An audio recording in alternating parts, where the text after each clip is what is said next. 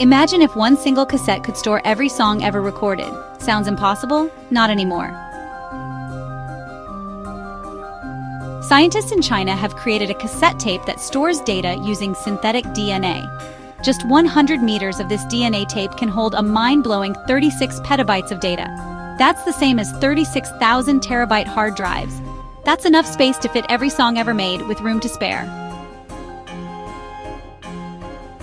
Here's how it works. Synthetic DNA molecules are printed onto plastic tape and protected with what researchers call crystal armor.